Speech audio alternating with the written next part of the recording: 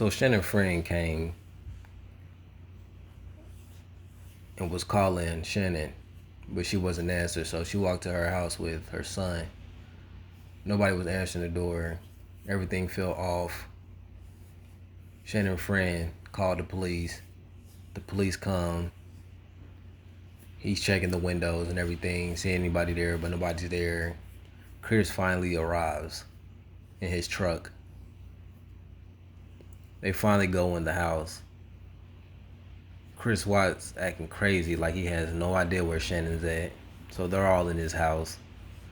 The police asking him questions. Chris giving them BS. Just staring at his phone the whole time. Little do we know the whole time he was messaging his other girl. While Shannon friends walk around the house nervous, just looking for anything she can find. This man decided to go to the back of the room. Act like he's looking for something. Come up with a plan. He finally came up with a plan in his head that I'm gonna go in the back, pick up her married ring, and act like she just left it. So I can come out with it and be like, man, basically she just left me. Here go her ring right here. He's fugazi, y'all.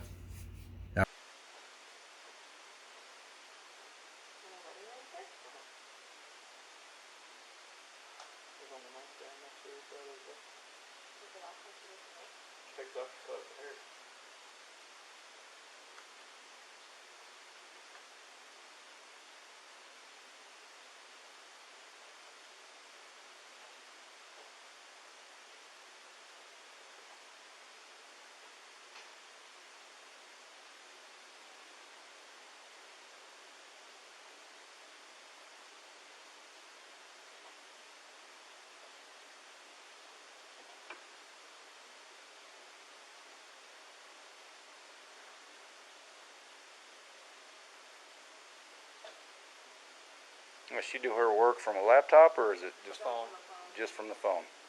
That was a good setup, Chris, but it didn't work. He really tried to go in back.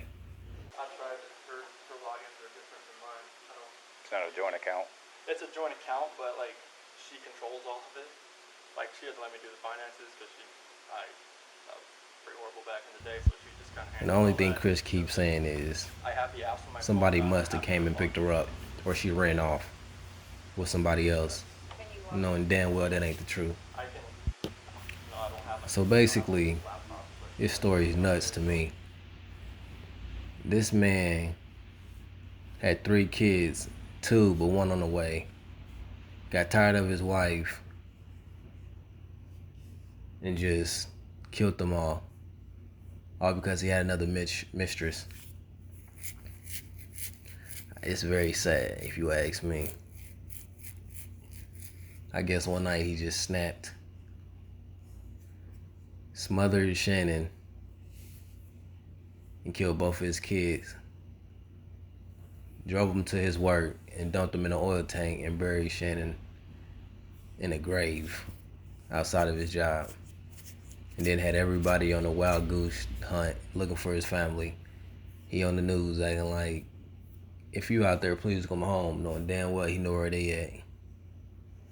This man is sick. Very sick. They finally got him with a lie detector test. You know damn well he wasn't passing it. They knew he wasn't passing it. He finally got caught up. This story mind-blowing. Chris' neighbor, Nate, can be seen the day of the disappearance showing police in Chris Watts' surveillance footage he captured of Watts loading his truck just at 5 a.m. that morning. Watts tried nervously explaining his behavior away that morning, telling the officer that he had moved the truck from its usual spot because it had been easier to load everything with all the tools he bring in, and said that he's been loading the truck early that morning to prepare for a busy day at work. So while Nate, Chris' neighbor, shows Chris and the cop his surveillance footage, Chris is over here nervous the whole time. He's checking his phone, putting his hands on his head because he know he's so slightly about to get caught. He look at the TV, looking away from the TV. Chris looking at the TV, looking at his phone, don't even want to look at the surveillance. The neighbor pointed that this camera goes far distance that I can see at night. You can see all this stuff was going on. The whole time he playing it, Chris over here just really worried. Chris didn't know that his neighbor had this surveillance, or he probably could have got away with this. Chris watched, pacing back and forth, holding his hands on his head, thinking that my neighbor got me, showing in the cops the surveillance. Thought he was smooth, man. He thought he was slick. Thought he was about to get away easy. Lying to everybody, lying to the news, lying to the cops, lying to his neighbors. He didn't caught up on this video.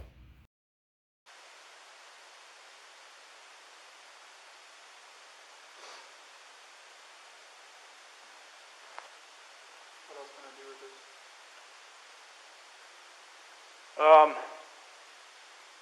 My detective just showed up, so he'll probably want to talk to you. He'd probably, like I said, he might have you call like the bank and see if there's any kind of activity. Because if there is any sort of action out I there, know his camera's I like, would.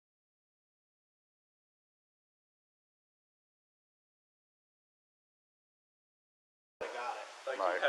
we had issues the other week when people were stealing stuff out of like garages and stuff like that. Cap. And I had parked my truck I over had here. to park right here. Yeah. So someone, See if I could anything see where someone tried to jim me with a flathead screwdriver over there, and it was just like, But if any action would have happened, any cars or anything left your house, I would yeah, if it have. would have been like right in that area, they should have picked. I mean, Oh, it'll pick up anything coming down the street this way. you know where that tree there too? Oh yeah. Okay. Watch, I'll show you. There's nothing on here. We've already watched that one. But like, you'll see this car.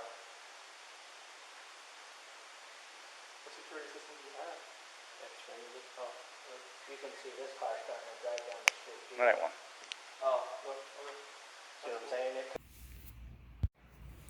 But after Watts walk out the neighbor's house, his neighbor Nate is already starting to question this neighbor's unusual behavior. Nate said to the cop, he's not acting right. He can be heard telling the officer. After the officer questioned what he mean, Nate goes off to explain that Watts seemed to be frigid and rocking back and forth. He even showed the officer surveillance footage again. Watch, he said. You see him get out and then he'll walk back and forth a couple times. Nate later explained on the episode that Watts' movement, intentionally captured on the security footage, had set up for his own home truck as an unusual for multiple reasons. He was loading tools, but I thought that was a little bit odd because I never seen him really back the truck into the driveway either. He's always parked in the front, so I definitely thought it was kind of odd. Nate also thought it was unusual that Watts appeared to be loading things into the cab of the truck rather than the back of his vehicle. But it was his behavior hours later in Nate's home that is suspicious even further. Watts was pacing back and forth, putting his hands on his head and appearing to be nervous. Nate also pointed out he thought it was definitely weird that he wasn't watching the footage at all.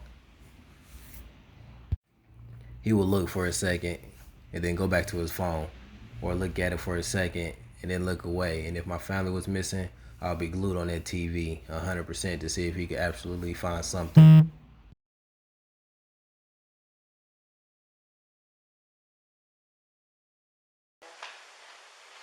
Don't you think it's, look at the, I know, I'm kinda trying odd. not to. No, I'm do just that. saying it's kind of odd that he pulls his truck back behind my camera. The cutoff, the truck's in the garage right now. And he never backs his truck into the That's driveway what her ever. friend Christina would say, Diesel. She's like, he never backs his truck up. Her mom said it too. She's like, he carries his stuff out from the house. He Yep. doesn't back his truck up. Well, I He have doesn't him on camera doing that when he does it. Because when he was parking his truck over here, the other thing was odd is while she was gone, he kept parking his truck and her car over here. And I used to see him walk out of his house right He here. took the car out of the garage? Oh, the car was parked over there for a long time, like a couple days. This past weekend? No. It was when she was gone for the 6 weeks. Oh. But I thought it was kind of odd that he never parked in front of here or right here. He said someone broke into his truck and he parked over here. I have no idea. Hey, he's acting so suspicious. He's normally, you can ask them, he's normally quiet, real subdued. He's over here telling you 3 times what he took out, what he did, what he did, what he did. He's very, he never talks. So the fact that he's over here blabbing his mouth makes me kind of suspicious. Basically, this story is nuts to me. This man had 3 kids, 2 but 1 on the way. Got tired of his wife and just killed them all because he had another mistress. It's very sad, if you ask me. I guess one night he just snapped, smothered Shannon, and killed both of his kids. Drove him to his work and dumped him in an oil tank and buried Shannon in a grave outside of his job. And then had everybody on a wild goose hunt looking for his family. He on the news acting like, if you out there, please come home, knowing damn well he know where they at. This man is sick. Very sick. They finally got him with a lie detector test. He know damn well he wasn't passing it. They knew he wasn't passing it. He finally got caught up. What's that? Less than 10 seconds after the mention of the word lawyer, the detectives re-enter the room and immediately reinforce Chris with non-verbal empathic communication. They immediately divert Chris's attention from the well-informed advice of his father to their own appreciative reception of his contemporary admittance. Chris, help us work through this with you, okay?